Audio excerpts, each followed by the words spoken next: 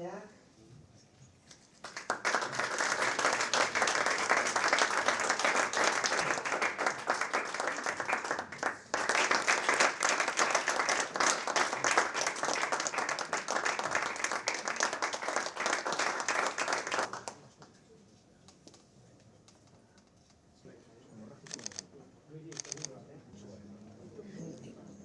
Ahí va.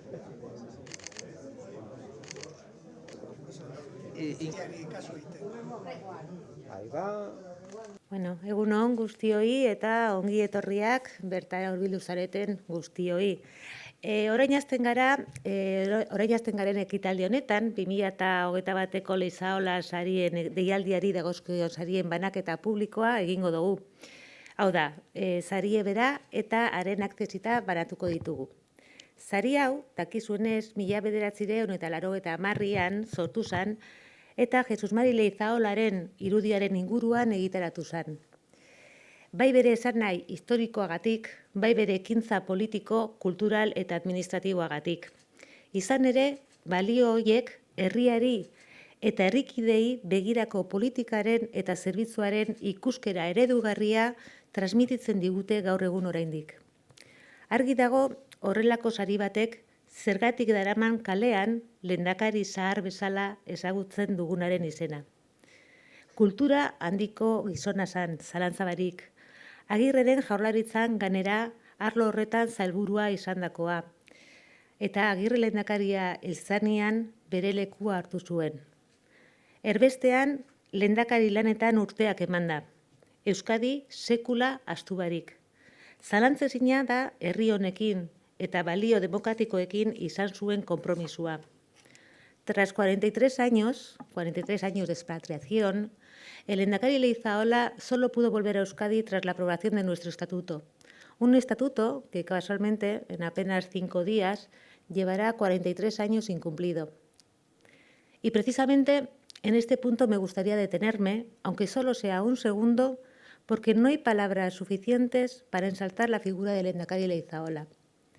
Hoy, como consejera de autogobierno, cuando aún sigo viendo con nitidez grabadas en mi retina las imágenes del lehendakari Sarra siendo recibido por su pueblo, aquí a escasos metros de este lugar, es para mí de verdad un auténtico regalo poder entregar estos premios que llevan su nombre a académicos como José Ramón Bengoechea o a Isbea Atela, que hacéis honor a su legado.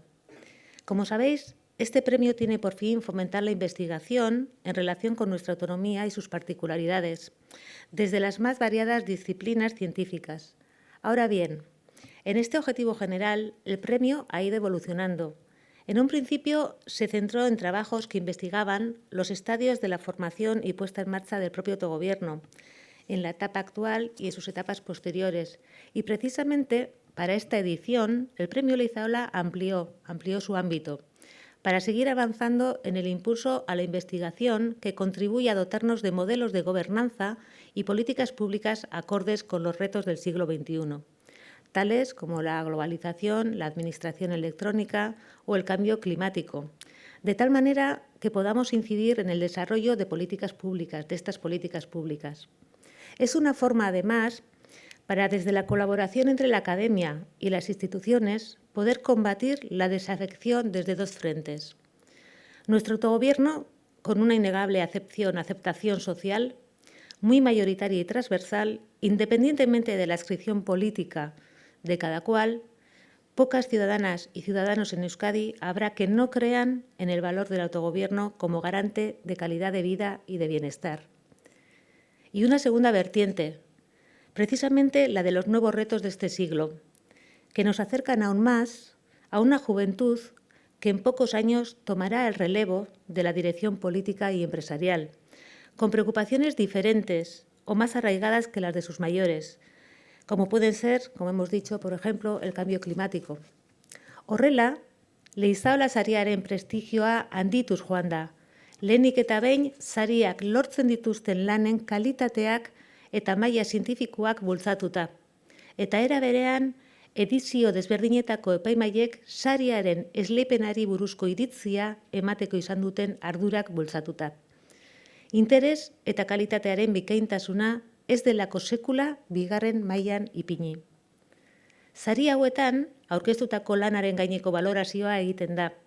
Egilearen kurrikuluna ez da kontuan hartzen. Horrek, gure lurralde eremuko eta beste eremu batzutako autore ospetsuak eta berriagoak ere maila berean jartzen ditu hasiera batian. Lanari berari emanez merezi dauen bikaintasun eta balioa. Sariaren deialdietan, hasieratik, gainera, IBAPek saritutako lanen argitalpena aurreikusi da. Horrek, ikertzaientzako pizgarri izateaz gain, saritutako lanak zabaltzen eta komunitate zientifikoan ikerketa bultzatzen laguntzen du. 2021ko deialdian saria eta aktesita esleitu ditugu eta gainera, epaimaiak 2 ikerketa lan argitaratzeko proposatu du. Eta IBAPek guztia dauzka argitaratuta honezkero. La obra que ha obtenido el premio se titula Diálogos judiciales y autogobierno, estudio sociojurídico sobre un epifenómeno de la justicia en Euskadi, en España y en Europa. Y su autor es el prestigioso doctor en Derecho por la Universidad de Edimburgo y catedrático de Filosofía de Derecho por la Universidad del País Vasco, José Ramón Bengoechea Caballero.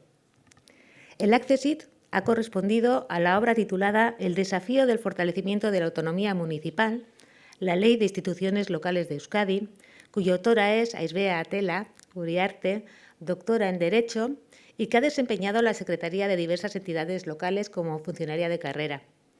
Harro egoteko modukoa da, zuek publikoki zoriondu ahal izatea.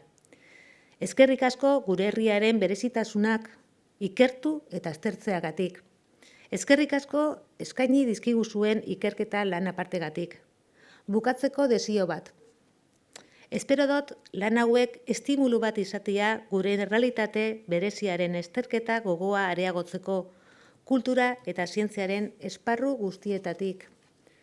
Zorionak beraz, sariaren egileari eta aktesitaren egileari beren interes eta dedikazioarekin eraiki dituzten lanengatik. Eskerrik asko.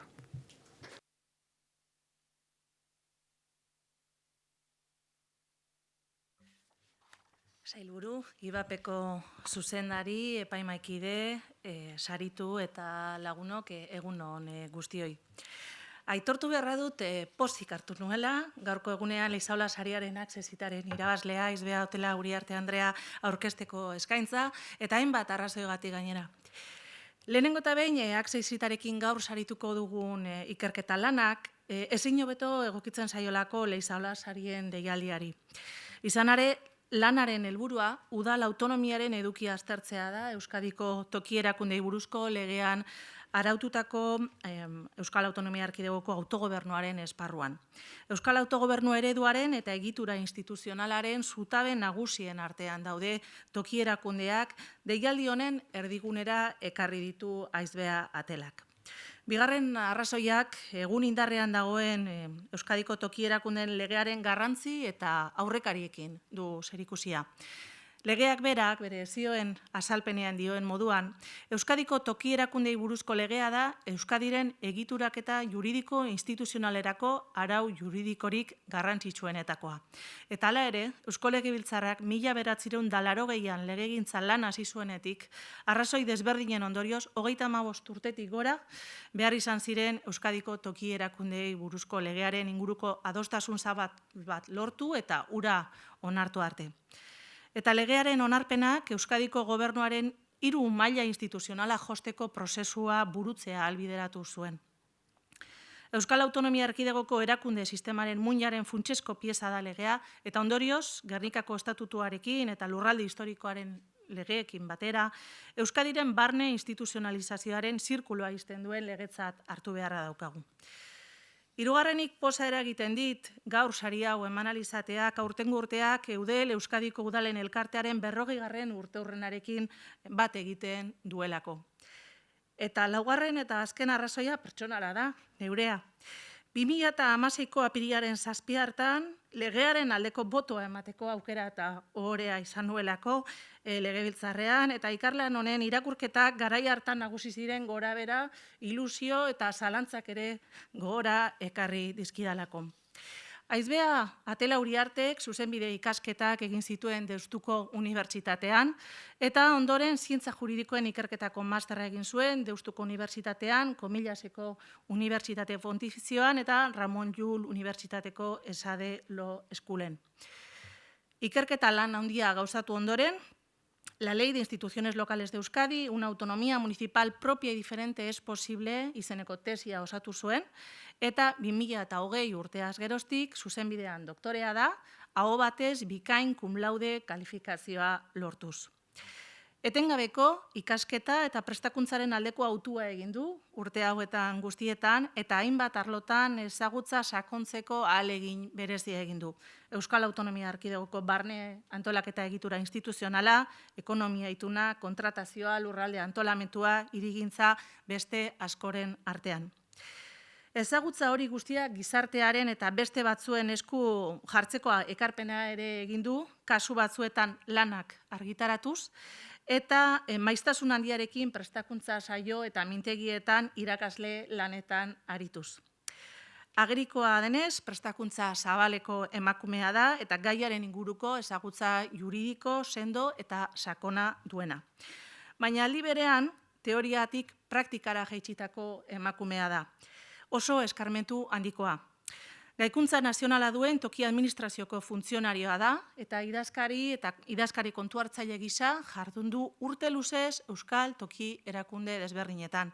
Areatzan, Galdakon, Jurretan, Zornotzan eta orain baita Bizkaiko garraioen partzuergoan ere. Ondo baino beto ezagutzen du Euskal Udalen eguneroko jarduna toki erakunden legea onartu aurretik eta baita orain ere. Ezagutza hori guztia islatu du saritutako ikarlanean. Ikerketa lan hau egiteko erabilitako metodologia juridikoa da, batez ere, eta garrantzitsua iruditzen zait adieraztea, bibliografia biltzeko eta aztertzeko lan garrantzitsua zabala eta zehatza egin duela Aizbeak.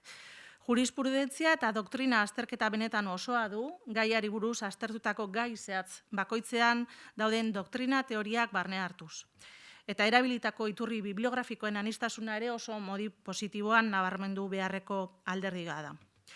Aizbeak bere obraren epilogoan adierazten duen bezala, Euskadiko toki erakundeen legeak toki erakundea egonkortu eta sendotzen lagun dezake, baina autonomia printzipioa optimizatzeko aurreikuspenak benetakoak eta eraginkorrak izango badira, pertsonak lidergoa eta herritarrenganako kultura aktiboa behar dira.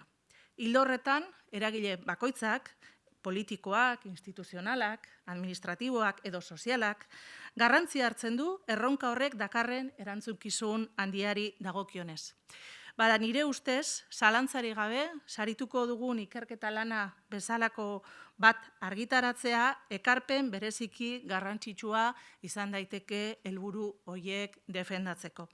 Hortaz, zorionak, eskerrik asko, zeurea da hitza gurekin partekatzeko zein izan den zure helburua, zure esperientzia prozesu honetan, eta zure etorkizuneko erronkak ere zeintzuk izango diren lan honen ondorioz.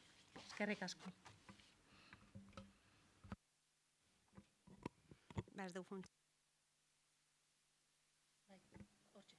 Ja?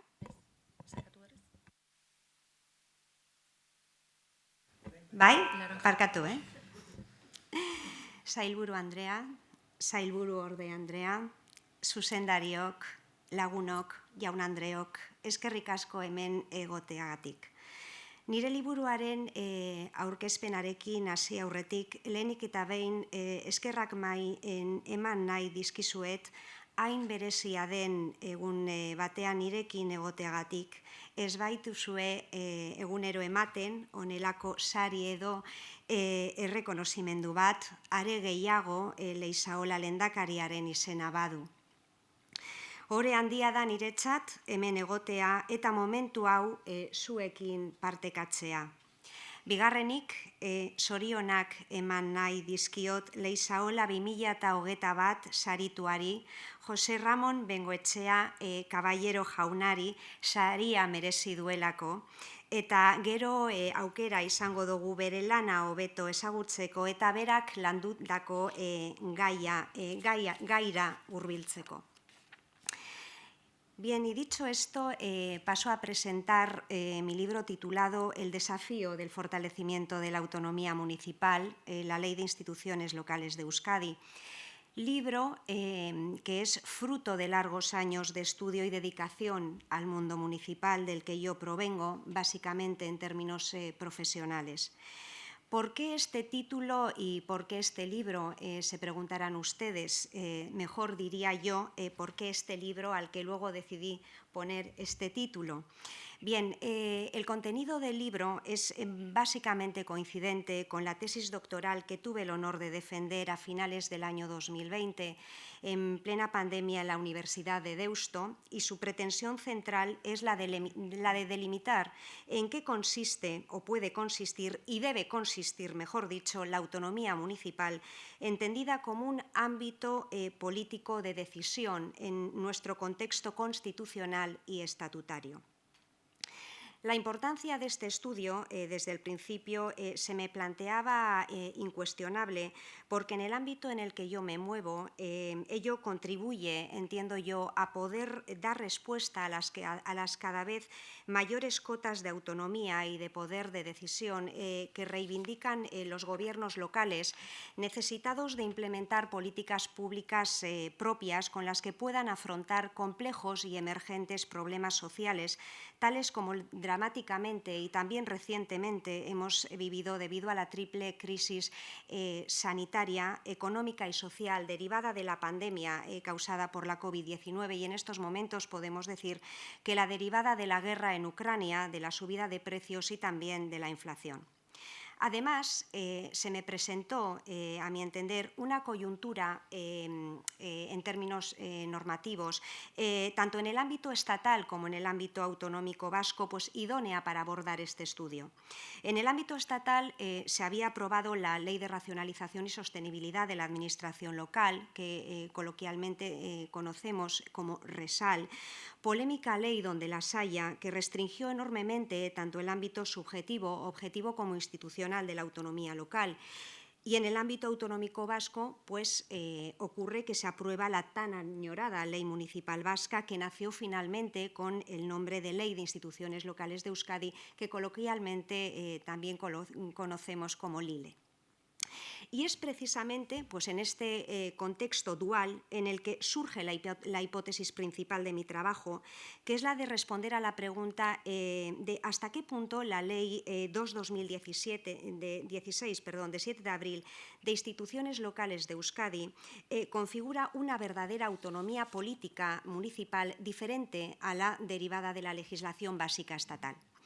Asimismo, dada la complejidad que encierra la creación del derecho desde múltiples instancias territoriales en nuestro entorno de gobiernos multinivel, me surge también, aunque no es línea principal de investigación, otra hipótesis que, aunque secundaria, también importante, yo diría que no menos importante, que es y que subyace a lo largo de todo el trabajo y que consiste en dar respuesta a si es necesario proyectar las relaciones interordinamentales entre los distintos niveles territoriales de gobierno en base a una nueva hermenéutica principiológica, y si de ello es exponente el ordenamiento jurídico vasco y por ende la Ley de Instituciones Locales de Euskadi, que se inserta en el mismo y que tiene directa relación con las expresas reglas contenidas en la misma.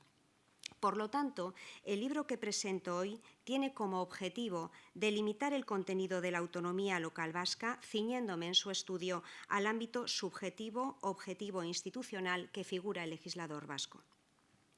Para lograrlo, me he visto obligada a analizar, en primer lugar, la evolución normativa que la autonomía local ha sufrido en el ámbito estatal, en términos generales y desde una perspectiva constitucional, y, en segundo lugar, a abordar la creación del singular marco normativo de Euskadi, lo que conlleva a exponer la complejidad del entramado interinstitucional vasco hasta llegar a la reciente Ley Vasca como primera ley que da cobertura institucional expresa al municipio en el seno de la Comunidad Autónoma del País Vasco.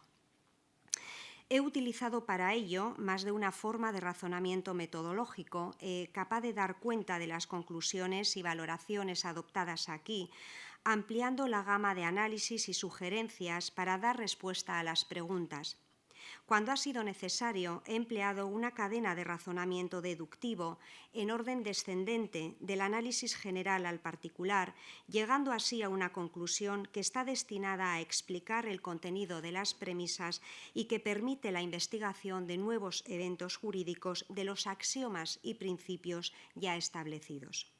También he utilizado el razonamiento inductivo, que del estudio de casos particulares conduce a una generalización de ciertos fenómenos, tal y como se deriva de la observación de casos de la realidad jurisprudencial concreta que llegan al establecimiento de datos más genéricos que en este libro acaban por demostrar, por ejemplo, la clara pervivencia de la teoría institucional de la autonomía local.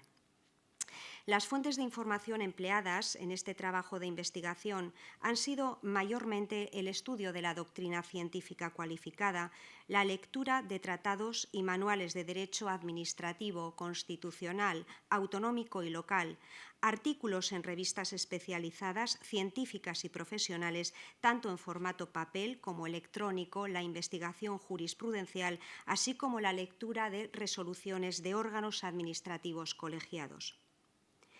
La estructura del libro responde a la sistemática tradicionalmente utilizada y aconsejada, estudiando de manera sucesiva los antecedentes de la regulación que ha sufrido la autonomía municipal postconstitucional, tanto a nivel estatal, supraestatal como autonómico, dividiendo su contenido en dos partes principales, además del preámbulo y el epílogo.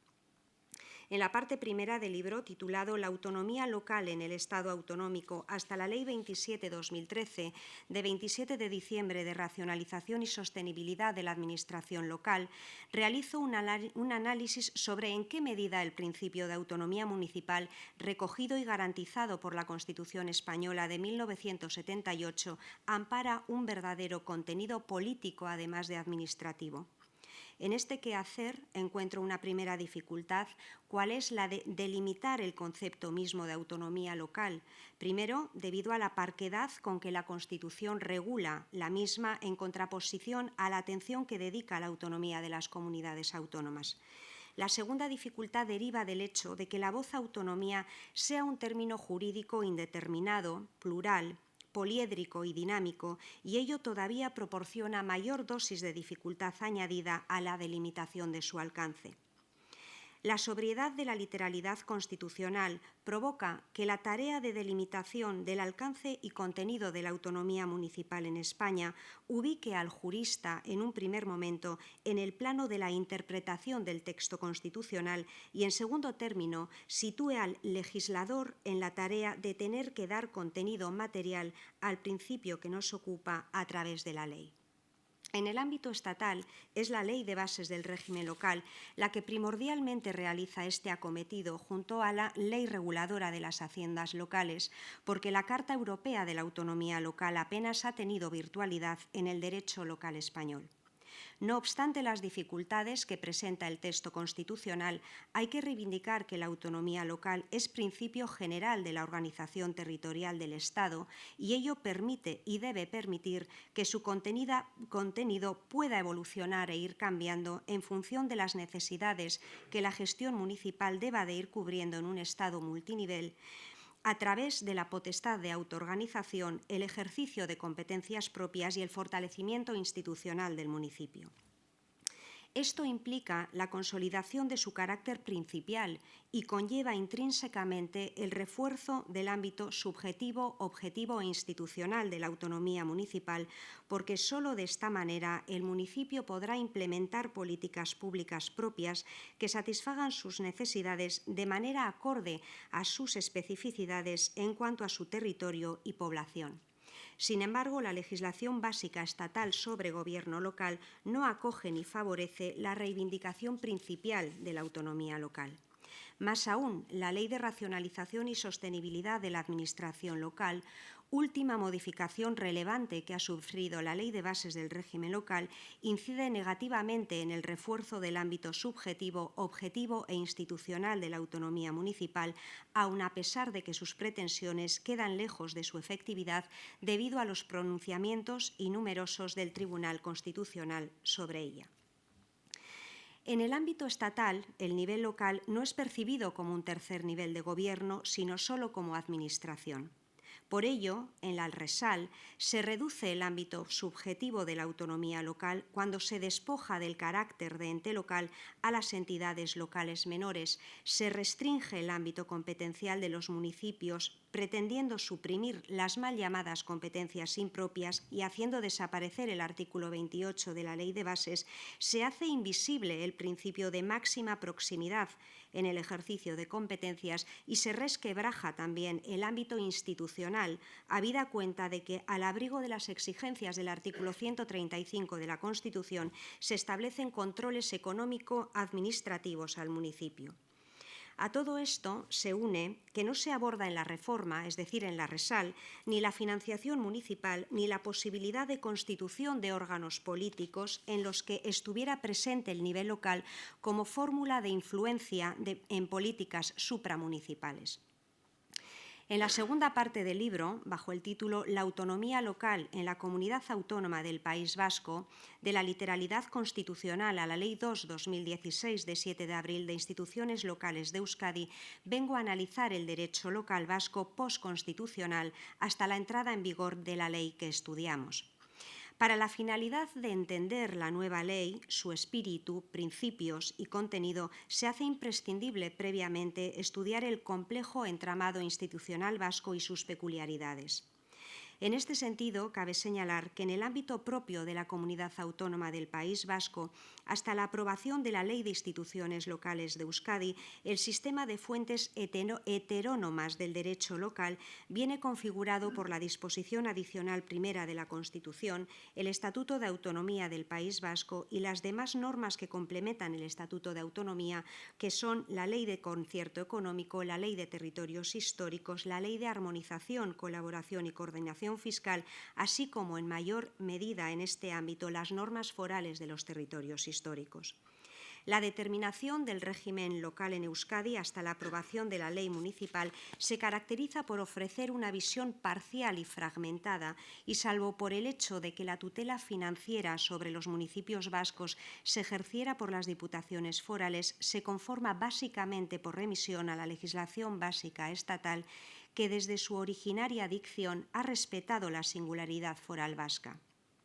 Ahora bien, la aprobación de la Ley de Racionalización y Sostenibilidad de la Administración Local como última modificación relevante de la Ley de Bases antes mencionada introduce, aunque ello sea paradójico, decisivas cláusulas de excepción en la comunidad autónoma del País Vasco a través de su disposición adicional primera. Este hecho evidencia que, gracias al principio de diferenciación territorial, la legislación básica estatal destapa para Euskadi la posibilidad de regular un régimen local propio y diferenciado del estatal. Pero esta posibilidad introducida en una ley estatal, que se aprueba sin un mínimo consenso ni doctrinal ni político y cuyo contenido puede modificarse según la mayoría coyuntural existente en cada momento, hace presagiar la urgencia de la aprobación de la tan esperada ley municipal vasca. Es en el contexto de proporcionar seguridad jurídica a las previsiones de la RESAL en la que es aprobada la Ley de Instituciones Locales de Euskadi. La ley vasca se inserta en el sistema de fuentes del derecho local vasco, respetando su complejidad institucional y normativa, pero se alinea más con los principios de la Carta Europea de la Autonomía Local que con los de la legislación básica estatal, en la medida en que opera una remisión constante a los mismos. La exposición de motivos de la ley la autodenomina ley institucional, aunque luego en su articulado no se menciona tal condición. Es en este sentido, como contribución de este trabajo, en el que cabe afirmar que puede encontrarse cierto paralelismo con lo que ocurre con la Ley de Bases del régimen local, que en su preámbulo se autodefine como ley de función constitucional, pero al igual que ocurre con la ley vasca, no deja de ser una ley ordinaria más. Estas autodenominaciones llevan a la ubicación de ambas leyes, no sin reservas, dentro de los conceptos de bloque de la constitucionalidad y bloque de la estatutoriedad, respectivamente, lo que demuestra, en nuestro caso, la necesidad de protección de la misma por su clara condición de ley de relación entre ordenamientos, pues no necesita de una mayoría reforzada para su modificación y derogación. En torno al ámbito subjetivo de la autonomía local, es importante señalar que el legislador vasco amplía el elenco de entidades locales restringida por la Ley de Racionalización y Sostenibilidad de la Administración Local.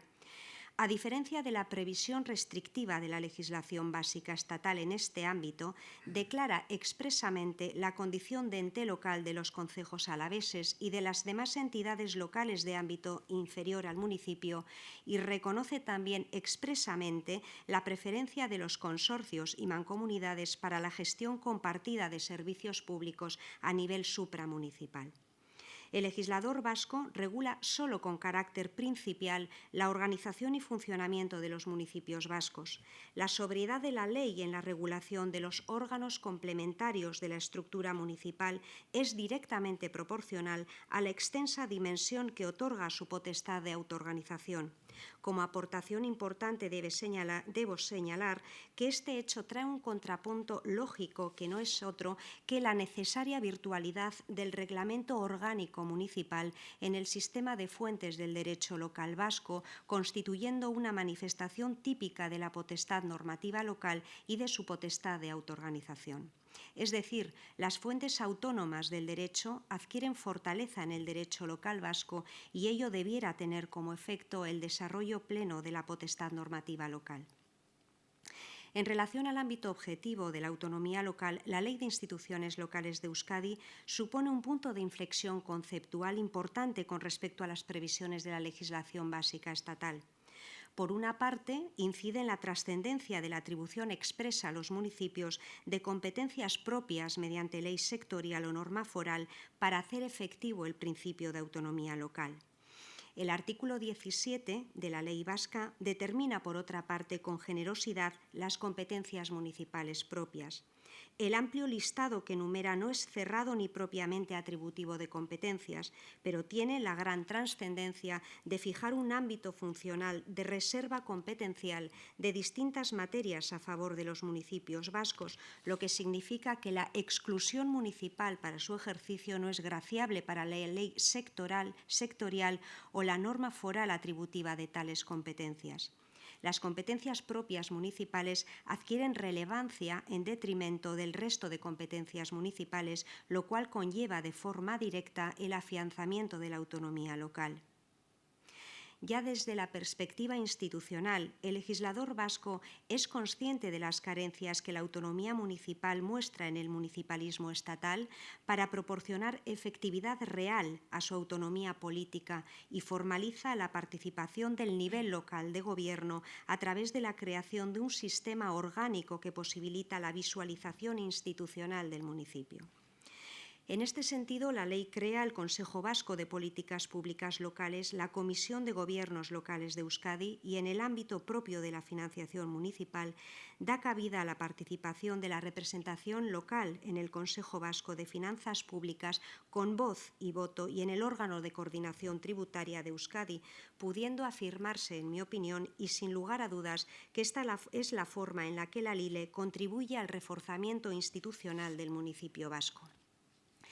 Resaltaría en este sentido, a mi entender, la creación de la Comisión de Gobiernos Locales de Euskadi como órgano de garantía de la autonomía local por excelencia que crea, no sin debilidades, la Ley Vasca en su artículo 87, porque siendo un órgano de composición exclusivamente municipal, es preciso reivindicar su naturaleza en todo caso como órgano de alerta temprana, es decir, un órgano preventivo para la autonomía local vasca, para que la autonomía local vasca no resulte dañada en los procesos normativos que lleve a cabo la comunidad autónoma del País Vasco y que afecten a competencias propias municipales, con independencia de cuál sea su rango normativo, aunque la intensidad de ese sistema de alerta temprana sea de mucho más calado en el caso de los anteproyectos de ley y proyectos de decretos legislativos, pues son estas normas las que primariamente atribuyen, determinan o delimitan las competencias municipales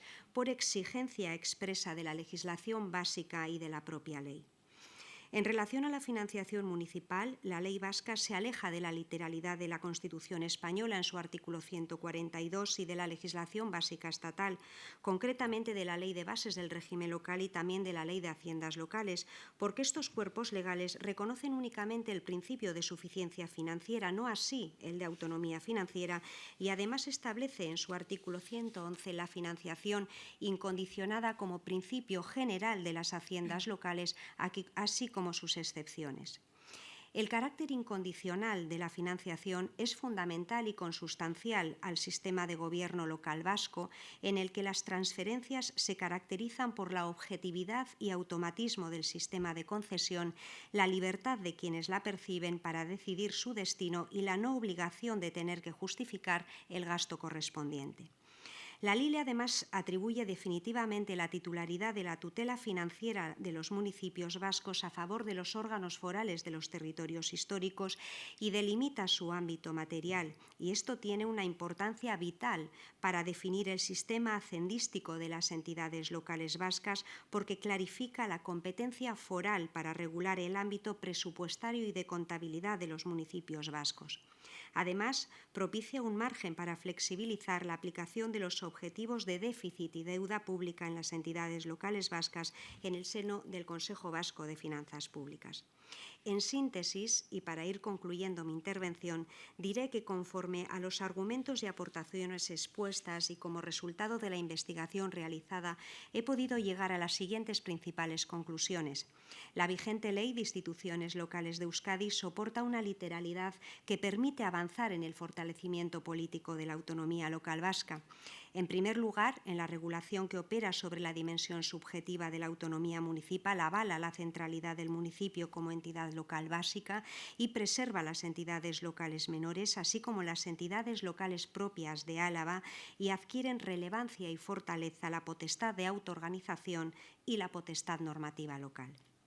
En segundo lugar, desde la perspectiva del contenido objetivo de la autonomía local, se incrementan expresamente los ámbitos materiales propios de actuación de los municipios vascos y, en tercer lugar, en relación al ámbito institucional, la creación de todo un sistema orgánico de participación del nivel local en políticas y procedimientos supramunicipales, tanto a nivel gubernativo, normativo y de concierto, supone también un salto cualitativo en la dignificación del nivel local de gobierno. Hasta aquí he pretendido exponer el porqué de este libro y su contenido, y ahora toca explicar el porqué del título, el desafío del fortalecimiento de la autonomía local. Y evidentemente porque se trata de un auténtico desafío, la Ley de Instituciones Locales de Euskadi, cumplir sus principios, objetivos, pretensiones y también finalidades. Como avanzaba la viceconsejera antes, las leyes por sí mismas no transforman la sociedad ni la realidad. La ley vasca debe servir para incentivar efectivamente una transformación en el acervo cultural e institucional que desemboque en una real efectividad de sus pretensiones. Las meras previsiones de la ley per se no van a suponer una optimización del principio de autonomía de los municipios vascos. La transformación efectivamente requiere de personas, de liderazgo y de cultura activa a la ciudadanía, y es en este sentido en el que todos tenemos una gran responsabilidad. Lo más relevante, en mi opinión, es que, a pesar de las debilidades de la ley, que las tiene, la ley vasca supone un importante punto de inflexión en el sistema de relaciones de los municipios con el resto de niveles de gobierno. De las previsiones contenidas en la legislación básica de régimen local, que únicamente regulan relaciones interadministrativas en las que interviene el ámbito local, el legislador vasco avanza en elevar cualitativamente el rango del ámbito relacional, de rango el ámbito relacional de los municipios. Es decir, el municipio pasa de ser solo administración y tener únicamente relaciones interadministrativas a ser gobierno y mantener relaciones institucionales con el resto de niveles de gobierno. Esto es todo por mi parte, baina benetan amaitzeko eta usten badidazue, ez nuke nire hitzaldi hau amaitu nahi hainbat errekonozimendu eta eskerron eman barik. Liburu honen euskarri den nire doktore tesia epaitu zuten epaimaiko kidei Martin Maria Errazkin Lizarraga eta Santiago Larrazabal Basainez katedradunei eta Maite Salvador Crespo doktoreari eskerrak eman behar dizkiet emaikide izatea onartzeagaitik eta nire tesia eskuzabaltasunez epaitzeagatik. Eskerrik asko halaber nire tesi zuzendariei, Bega Maria Arnaiz Arceri eta Rafael Jiménez Asensiori errekonozimendu berezia benetan eta bihotzez, duela zenbait urte Deustuko Unibertsitateko Zuzenbide Fakultateko ikasle gisa doktorego ikasketak hasi nituenean nigan jarri zuten konfiantzagatik. Alde horretatik, Arnaiz Arce doktoreak egindako lana aipatu behar dut. Izan ere, lan handia egin du eta bere ezagutza juridikoa erabakigarria izan da aurkeztutako materiala zuzentzeko eta orrazteko orduan. Eta zer esan, nire liburuaren itxaurrearen egilea den Jiménez Asensio katedradunari buruz, gaiarekiko duen ezagutza bere giza kalitateak baino ez du gainditzen eta nire ikerketa lanetan, ibilbidean, aurkitu ditudan zailtasun formal eta sustantibo guztien kontrapuntu egokia izan da eta. Errekonozimendua eta eskerrona Leizaola sarien epaimaikidei Euskadiko toki erakundei buruzko legearen garrantzia kontuan izan dutelako eta ibaperi ere bai, batez ere azterlan eta argitalpenen zerbitzuari lan hau argitaratzea ahalbideratu baitu. Eskerrik asko.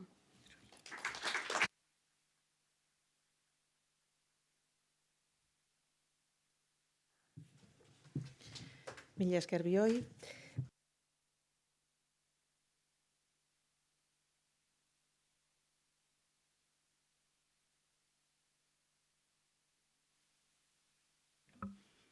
Egunon, bai. Egunon denoi eta eskerrik asko etortxagatik. Plazerra da niretzat José Ramón Bengoetxearen lan hau aurkeztea, Diálogos judiciales y autogobierno, estudio sociojurídico sobre un epifenómeno de la justicia en Euskadi, en España y en Europa. Hori izan da 2021ko Leizaola sariduna. Epaimahaiak emandako merezimenduari esker lortutako saria da, eta zuen baimenaz ondoren adierazi nahi dizuedan aitorpen zintzoarekin. La obra premiada se lee como se siente una pieza de jazz, con una inquietud que te alberga y que se va disipando hoja a hoja, nota a nota, provocando desde la duda del lector una creciente curiosidad que en su clima desvela lo que el autor en su conocimiento quería transmitirnos. Y como las piezas de jazz, al terminar la obra, la inquietud continúa y el deseo de seguir aprendiendo es la recompensa que inocula José Ramón Bengoetxea con este trabajo. Bere ohiko zorroztasun akademikoz, diálogos judiciales y autogobierno izenburuko lanean une desberdinak bereizten dira. Horiek guztiek osatzen dute jurisdikzioen arteko elkarrizketa edo solasaldia. Eta hain zuzen ere, solasaldi hori da araubideen arteko integraziorako oinarrizko elementua. Bide ematen duena gainera Europa sistema judiziala sendotzeko. Bustos Gisbertek dioenez, solasaldia nahitaezko komunikazio mota bat da, konstituzio aniztasunaren testu inguruan jarduten duten tribunalen artekoa. Bengoetxeak asmatu egiten du testu inguru hori lehen mailara ekartzen duenean. Izan ere, horren bidez debatea demokrazia zentratzen du, eta hori guztia gainera demokraziaren konplexutasunetik egiten du. En una teoría de la democracia compleja, Gobernar en el siglo XXI, Daniel Innerarity explicita que una sociedad es compleja cuando puede adoptar otras configuraciones donde coinciden diversas lógicas al mismo tiempo y en el mismo espacio. En esta sociedad, las relaciones de interdependencia no son jerárquicas, sino que se estructuran en forma de red y modifican dinámicamente sus formas de interacción, lo cual subraya el carácter dinámico del proceso de intercambios entre sus componentes. Coincide Bengoechea en manifestar que la transformación de la democracia está vinculada a las innovaciones de una sociedad descentralizada que no tolera la lógica de los procedimientos jerárquicos de decisión. El diálogo judicial es, desde esta perspectiva, un elemento clave en la configuración de un sistema internacional de justicia que ayuda a la superación de modelos centralizadores. Vincenzo Ferrarik azpimarratzen duenez saritutako lanaren hitzaurrean, las concesiones federalistas de la Constitución de 1978 han encontrado plasmación en los poderes legislativo y ejecutivo, pero no en el poder judicial. Konstituzio desoreka horren ondorioz, Bengoetxearen iritziz, Espainian barneko auzitegien solasaldia mugatuta dago, eta izaera hierarkikoa du. Europar Batasunean aldiz biziagoa da. Lanketa zorrotzaren bidez solasaldi judizialean gertatutako korapiloak eta gatazkak plazaratzen ditu, hurbil eta ondo ezagutzen ditugun adibideak aipatuz. Adibide horietan ikusten da ez dela lortu estatukideetako tribunalek eta Europar Batasuneko justizia auzitegiak behar bezala elkar ulertzea. Aitzitik, estatukideetako auzitegiek gaitzetsi egiten dute Luxemburgoko auzitegiak bere eskumena zabaltzea. Erresuma batean harago joan izan dira eta Brexit ostean ebatzi dute Luxemburgoko auzitegiaren erabakiak ez direla lotesleak. Justamente el presidente del Tribunal de Justicia de la Unión Europea ha reflexionado recientemente sobre el diálogo entre el Tribunal de Justicia de la Unión y los tribunales constitucionales, diálogo cuyo objetivo es construir puentes entre esos diversos ordenamientos jurídicos. El Tribunal Constitucional español señala que un 18% de sus sentencias tienen referencias explícitas al Tribunal de Luxemburgo y al Tribunal de Estrasburgo, si bien, como nos ha demostrado Bengoechea, el uso del derecho comparado y de decisiones judiciales foráneas no supone un verdadero diálogo judicial.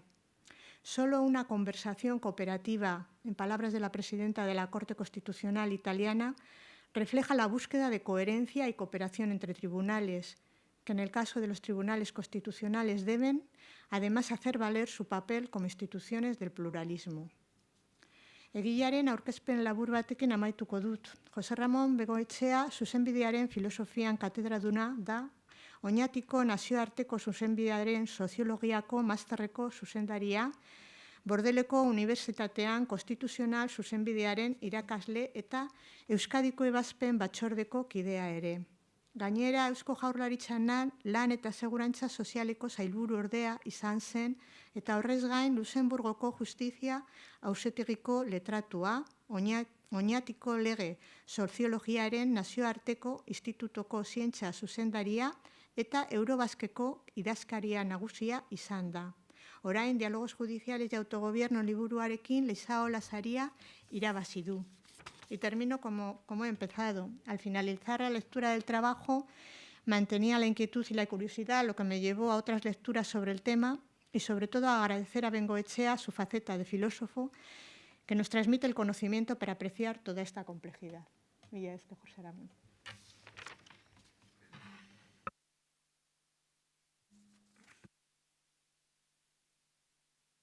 Orain bai, eskerrik asko, Begoña.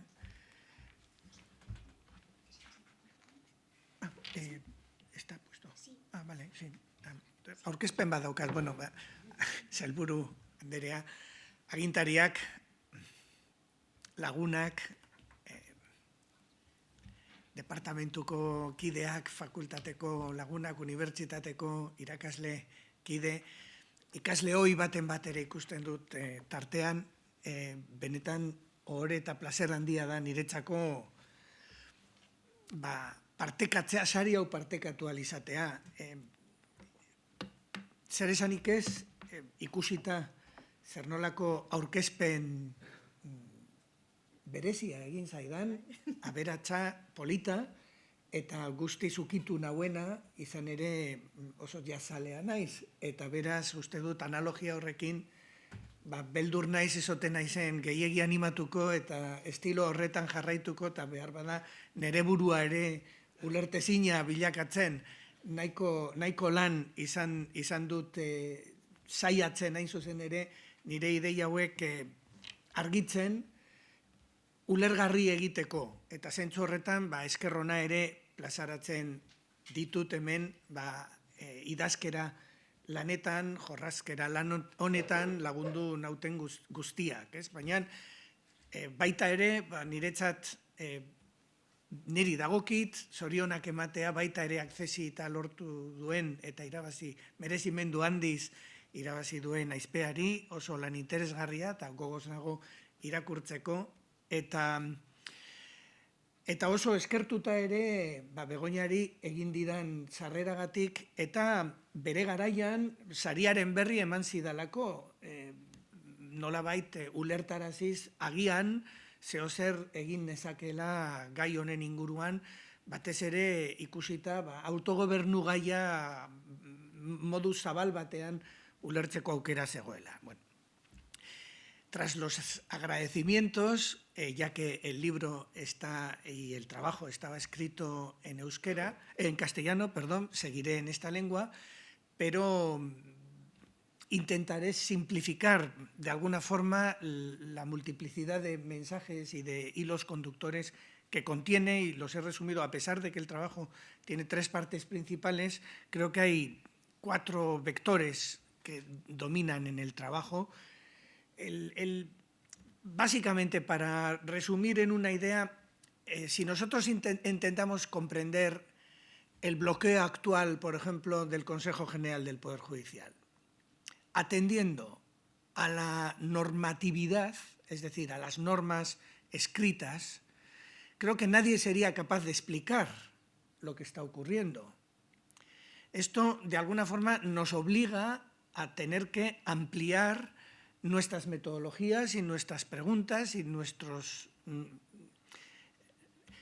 campos de observación, ¿no? ¿Cómo se construye el derecho? Podemos decir, no, el derecho es solamente lo que está en esas normas y, por tanto, lo que ocurre fuera de lo previsto en las mismas, pues no es jurídico, es una opción.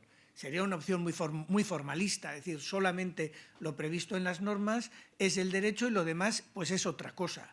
Pero esa otra cosa es muy importante porque lleva precisamente a un bloqueo que todos conocemos y lleva a muchos otros epifenómenos, es decir, fenómenos no previstos jurídicamente por las normas, pero que se desarrollan, que nos ayudan posiblemente a entender o a no entender qué es lo que está ocurriendo, ¿no?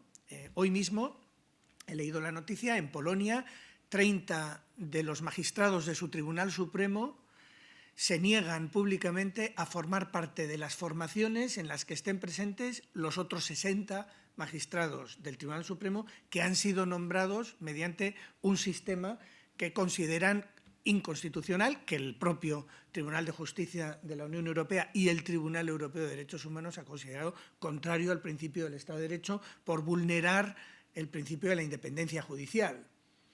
Eso, a pesar de la existencia de una serie de normas que dan pie a esos nombramientos contrarios, sin embargo, se produce. ¿Cómo entendemos que esto se produzca? Hace falta una metodología especial. Eso es un poco lo que me movió a intentar entender lo que ocurre en la justicia más allá de las normas escritas, es decir, el derecho en los libros, en los boletines oficiales, por una parte, pero por otra parte el derecho en las mentes y el derecho en acción, ¿no? Eso es un poco el complemento necesario para entender lo que ocurría.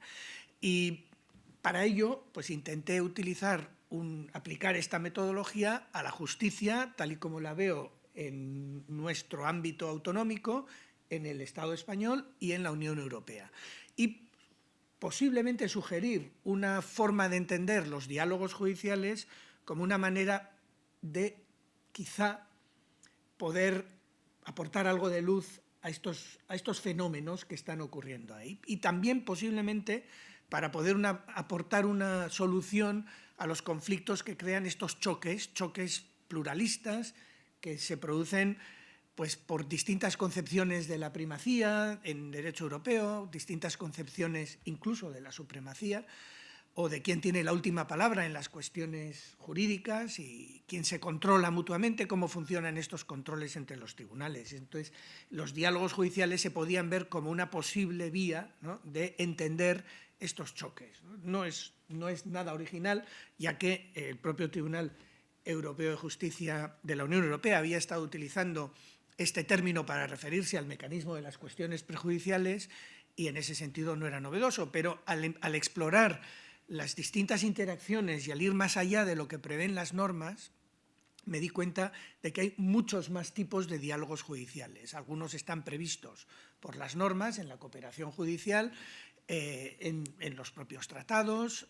Bueno, el mandato de arresto europeo, la euroorden, es un ejemplo claro de diálogo judicial en ese sentido, pero muchos otros pues, se van desarrollando independientemente de esas normas, de un modo casi paralelo, es lo que llamo epifenómenos, ¿no? Se van desarrollando porque se producen comunicaciones extrañas a veces y otras veces no tanto entre distintos miembros de las judicaturas en distintos planos, o porque se producen comunicaciones, en este caso sí, contrarias muchas veces a las normas, entre el ejecutivo y el judicial, cuando debería respetarse de una manera mucho más pulcra la independencia del Poder Judicial, y sin embargo se producen. Entonces me interesaba mucho explicar y realizar una especie de taxonomía o clasificación de los distintos tipos de diálogos judiciales que se producen. Bueno, básicamente hay 4 vectores en la obra. El primero es teórico-metodológico, que posiblemente sería la parte que más quebraderos de cabeza dio a los miembros del jurado, barkatu horrengatik, baina beharrezkoa da, dakizun bezala. Hay otro vector que es constitucional, otro que es sobre la sociología de la justicia, es decir, entre normativas y epifenómenos, y otro que es propiamente el análisis de los diálogos judiciales. Entonces, yo creo que con esto va pasando. Bye. Bueno, pues el vector teórico reposa realmente sobre una teoría institucional del derecho, pero una teoría institucional del derecho que desarrolló mi maestro McCormick, que se basa excesivamente en las normas. Entonces, hay que ir más allá de las normas que prevén las instituciones, que las regulan, para analizar también las prácticas que se desarrollan dentro de las instituciones. Es la única forma de conseguir aunar o compaginar teoría jurídica o filosofía del derecho, análisis del derecho, con la sociología jurídica. Las prácticas muchas veces son tan importantes como las normas. Lo que se hace con las normas, o lo que se hace a pesar de las normas, al margen de ellas y a veces contra las normas. A veces son los propios vértices judiciales quienes actúan contra las propias normas, adoptando decisiones que van más allá de lo previsto por el aparente texto de la ley. No hay más que ver el artículo 122 sobre la composición del Consejo General del Poder Judicial y ver cómo ahora se deslindan lo que en la Constitución parece que tiene que venir unido, es decir, la presidencia del Supremo y la presidencia del Consejo, ¿no? Pero bueno, la práctica que se sugiere parece diferir de este texto constitucional. Por lo tanto, las prácticas cobran muchísima importancia, tanta como las normas. Bien, por otra parte, esta teoría debe acomodar el pluralismo, es decir, la pluralidad de fuentes, no solamente de fuentes dentro de un mismo sistema, sino la coexistencia de distintos sistemas. Se ha repetido varias veces la idea de multinivel. Efectivamente, estamos en un esquema multinivel en la Unión Europea donde coexisten distintos sistemas jurídicos y algunas veces tienen pretensiones de legitimidad o de primacía. Cada uno proclama su propia superioridad, supremacía o primacía en los ámbitos propios, lógicamente, pero los choques se producen allí donde hay ámbitos competenciales que pueden ser compartidos Y en ese caso la cuestión es cuál debe prevalecer. Lo conocemos perfectamente porque estamos precisamente en un sistema que comparte estas características. Dentro del Estado español lo mismo ocurre en el sistema europeo. Y a veces choca. Y la única forma de entender, por ejemplo, el choque que se ha producido y se está produciendo en este momento entre Polonia, los vértices polacos, y el Tribunal Europeo de Justicia y el Tribunal Europeo de Derechos Humanos es precisamente asumiendo esta noción de pluralismo. Cada uno defiende su propia autoridad y la primacía de su propio derecho e incluso la posibilidad de afirmar que el otro vértice, ¿no?, pues no ha respetado sus competencias, ha actuado ultra vires, por ejemplo, ¿no? Bien, esto está ocurriendo en este momento. ¿Cómo lo entendemos? ¿Cómo salimos de esa especie de dilema del choque pluralista que ocurre en este caso, ¿no? Bueno, pues posiblemente una forma de salir sería mediante decisiones de autoridad, utilizando el palo y la zanahoria, ¿no?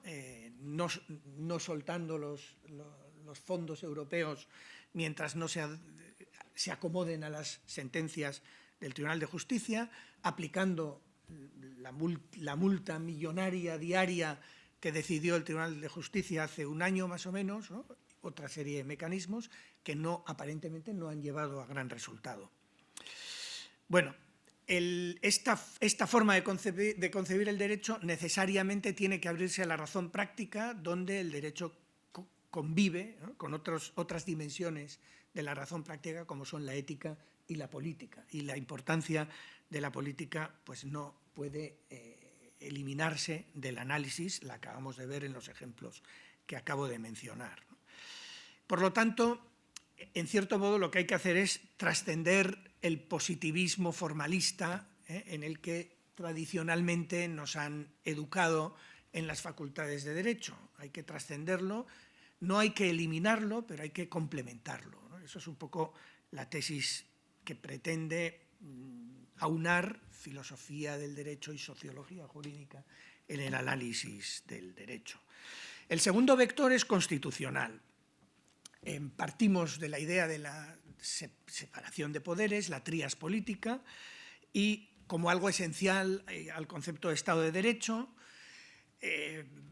Vemos cómo la trías política puede ir desdoblándose en sistemas federales, es decir, igual que existe un ejecutivo, un legislativo y un judicial a escala federal, existe también en cada uno de los estados federados, y vemos cómo, en el caso español, esto no es el caso. No se produce, existe una autonomía normativa, tanto legislativa como ejecutiva, pero no existe una autonomía en materia judicial, en contraste con otros sistemas federales europeos. ¿Esto qué significa? Pues que existe un órgano unitario en el Estado, que es el Poder Judicial, que tiene la capacidad de controlar la producción normativa de todos los órganos.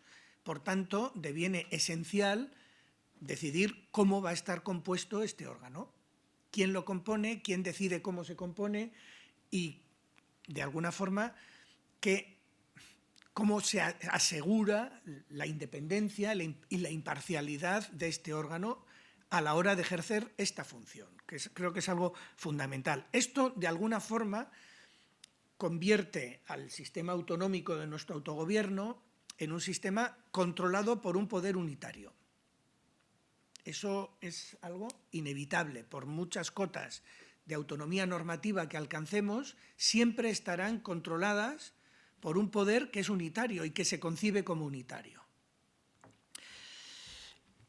En ese sentido, los vértices judiciales, que tienen la última palabra a la hora de interpretar el derecho, evidentemente forman parte de este poder unitario, pero también el órgano jurisdiccional ordinario de primera instancia forma parte de ese mismo poder unitario. Su ubicación territorial en una comunidad autónoma, el hecho de que culmine en un Tribunal Superior de Justicia, no le priva de ese carácter unitario, simplemente es la organización de ese sistema judicial dentro de la comunidad autónoma, pero sigue formando parte de ese sistema unitario. El único vértice propio que tenemos en nuestro sistema es precisamente la comisión arbitral, que tiene la capacidad de dirimir los conflictos competenciales internos dentro de lo que podemos considerar un sistema federal, que es el sistema vasco, que es un sistema federal. Bien, entonces, estos vértices se ubican en un Estado que es unitario, pero a su vez ese Estado forma parte de un sistema supranacional, que es el de la Unión Europea, y ahí coinciden con otros vértices, interactúan con otros vértices europeos y con precisamente los vértices supranacionales. Interesa analizar qué tipo de relaciones se pueden producir entre ellos. Como ha mencionado Begoña, haciendo referencia a la presidenta del Tribunal Constitucional italiano, Sciarra, pues precisamente ella habla de la necesidad de asumir estas instituciones como instituciones del pluralismo, de este pluralismo de sistemas jurídicos que conviven en la escala europea.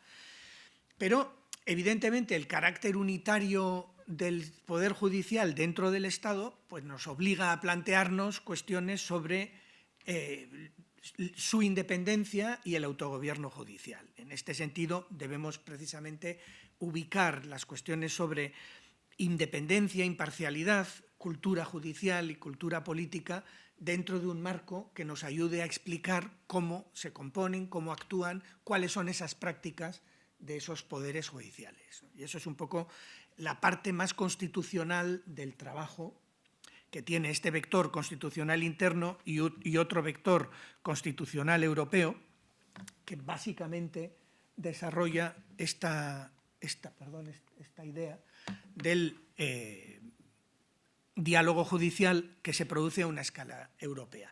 El diálogo judicial en la escala europea, en esta vertiente constitucional, se tradujo inicialmente en una serie de asuntos, ¿no?, que se plantearon en los años 70 por parte del Tribunal Constitucional Federal alemán al Tribunal, no directamente como cuestiones prejudiciales, sino indirectamente por cuestiones prejudiciales planteadas por otros órganos inferiores, pero que tenían en cuenta siempre la jurisprudencia sobre derechos fundamentales del Tribunal Constitucional Federal alemán y del Tribunal de Justicia Europeo, básicamente sobre el alcance del respeto de los derechos fundamentales por parte del ordenamiento comunitario, cuando todavía el ordenamiento jurídico europeo no había incorporado los derechos fundamentales como fuente o como principio inspirador de su sistema jurídico. Es decir, hasta qué punto sería compatible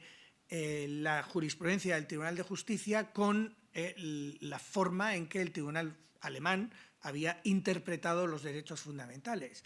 ¿Qué ocurriría si se produjera una incompatibilidad? En algunos asuntos, el Tribunal de Justicia, mediante una sentencia que luego es replicada como un eco por parte del Tribunal alemán, termina llegándose a una especie de entendimiento que da lugar precisamente a un diálogo judicial cruzado, porque no fue directo, donde básicamente se decía, bueno, por parte del Tribunal Federal se considera que el Tribunal de Justicia y el sistema europeo respeta esencialmente los derechos fundamentales, por lo tanto, admitiremos la jurisprudencia europea, pero si se produjera una situación donde no se respetasen, entonces haríamos primar la interpretación interna, la interpretación doméstica, que haría primar los derechos fundamentales, ¿no? Entonces, ahí comienza un poco esta famosa saga del Solange, ¿no?, en varios asuntos jurisprudenciales, comienza esta noción del diálogo judicial, ¿no? Y esta noción básicamente, en ese caso concreto, no se apoyó en el mecanismo de la cuestión prejudicial por parte del Tribunal Federal alemán, que tardó muchos años en plantear su primera cuestión prejudicial, pero sí se hacía indirectamente en las sentencias que iba emitiendo y que se referían siempre al Tribunal de Justicia y recíprocamente por parte del Tribunal de Justicia, ¿no? Esto llevó a esta situación un poco curiosa, donde finalmente se consigue un equilibrio mediante esta práctica del diálogo judicial. Y esto demuestra una virtualidad del diálogo judicial precisamente para abordar estas situaciones pluralistas, ¿no? Es un mecanismo que puede ayudar a compaginar la primacía. La primacía se acepta mejor cuando se dialoga, cuando se puede explicar por qué es necesaria, etc., ¿no? Es quizá lo que ha fallado en el caso de Polonia, precisamente porque el sistema polaco no la ha admitido, no ha querido seguir, no ha tenido la actitud o la predisposición precisamente a dialogar, ¿no?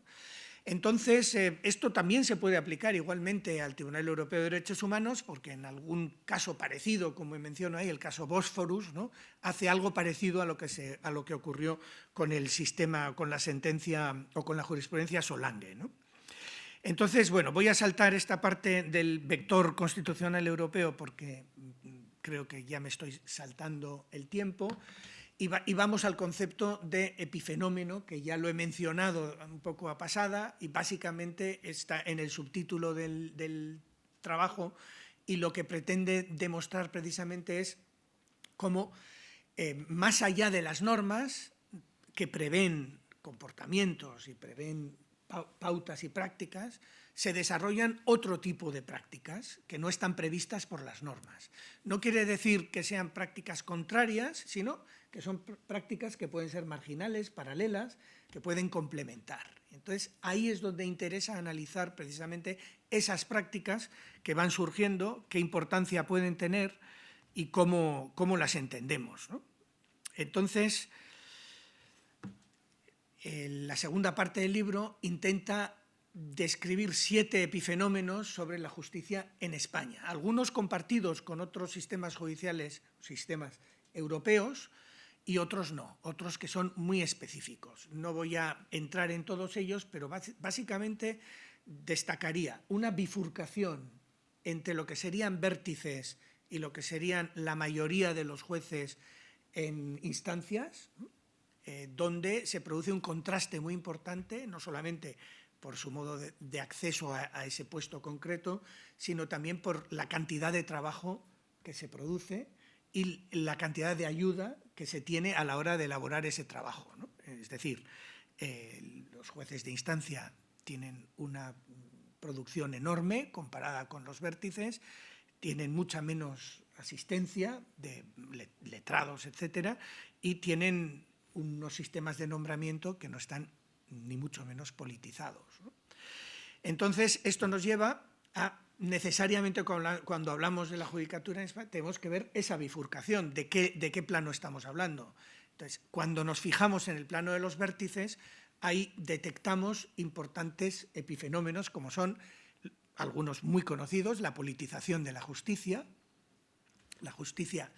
politizada a través de los nombramientos, creo que no es necesario que me extienda en este tema, pero también la judicialización de la política, la tendencia a resolver conflictos políticos utilizando a los tribunales. ¿Por qué se utiliza a los tribunales? Porque se considera que los tribunales van a dar una respuesta que es favorable a lo que alguna de las partes, para ello ayuda mucho la institución de la acusación popular, que tiene esta posibilidad de acceso en algunos asuntos y que el propio Tribunal Supremo en alguna última jurisprudencia ha intentado incluso limitar para no ser excesivamente abusada, ¿no? Pero también tenemos otros fenómenos importantes como puede ser la crisis de confianza, la crisis de prestigio, ¿no? Entonces, básicamente, llegamos a una conclusión y es una conclusión sobre crisis endémica, las palabras son de Perfecto Andrés Ibáñez, o una grave anomalía institucional. Las palabras son de las propias 4 asociaciones judiciales dominantes que elaboraron un manifiesto donde hablaron precisamente sobre la grave anomalía institucional que sufría la justicia española. No podemos olvidar como otro epifenómeno importante el hecho de que existan asociaciones judiciales y éstas estén más o menos identificadas con líneas políticas o ideológicas determinadas. Algo que no ocurre necesariamente en nuestro entorno. Existen asociaciones, pero no existe un alineamiento tan pronunciado con posiciones políticas. Eso creo que sí que es una característica de la justicia en España, una característica, un epifenómeno. En ninguna norma estaba previsto que se desarrollasen asociaciones judiciales y mucho menos que éstas tuvieran carácter ideológico. Es más, parecería todo lo contrario, cuando es la propia Constitución la que pretende frenar la politización, es decir, la membresía en partidos políticos de los miembros de la Judicatura. Por lo tanto, parecería que la intención hubiera sido precisamente la contraria. Sin embargo, se ha desarrollado este desarrollo. Bien, y por fin, el último vector pues es el de los diálogos judiciales. El trabajo en la tercera parte intenta hacer una clasificación de los distintos tipos de diálogos. No me voy a detener en ello aquí en este punto, pero básicamente existe una serie de diálogos que son propios al debate judicial en cada uno de los asuntos.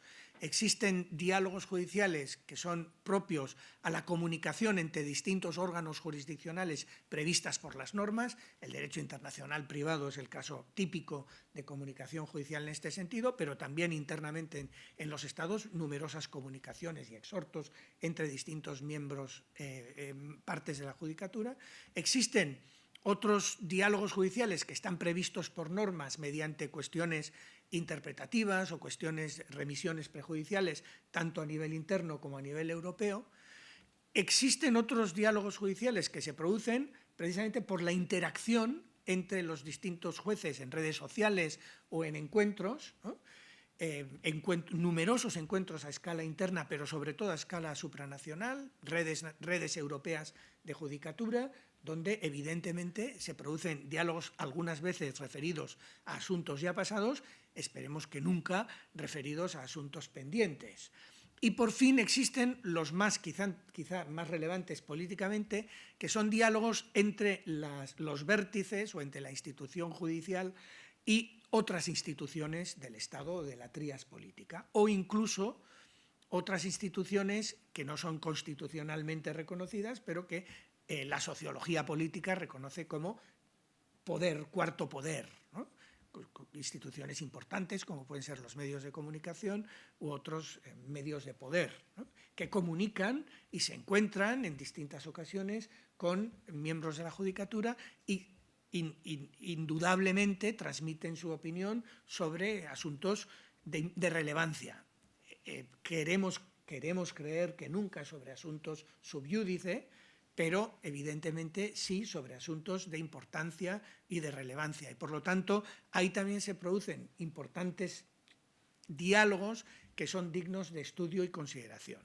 Y un poco, pues el libro, el trabajo, intentaba aunar todos estos discursos. Espero haber podido continuar con esta llamada jazzística que nos ha hecho Begoña y haber hecho un poquito de sentido, pero quizá también haber dejado alguna inquietud, ¿no?, posterior, como hacen las buenas obras de jazz y a las que, desde luego, de las que yo disfruto enormemente. Eskerrik asko berriro guztioi hemen egoteagatik, badakit beste batzuk etorri nahi izan dutenak eta ezin izan dutela, niretzako ohore bat izan da Leizaola lehendakari zaharraren izena daraman saria lortzea. Ez dakit egia esan nola sartu nintzen enbarkada honetan, niretzako oso aberasgarria izan zen, asko ikasi nuelako, eskertu behar dut nire inguruko, nire emazteak eta nire familiak eta lagunek emandako laguntza. Eskertu nahi dut ere Vincenzo Ferrarik egin zidan hitzaurrea, benetan estematuta dago, bera baita zuzenbiaren soziologo txit argia, eta Oñatiko Institutuarekin beti danik izan duen oso harreman berezia, eta berriro ere eskerrik asko zuen arretagatik.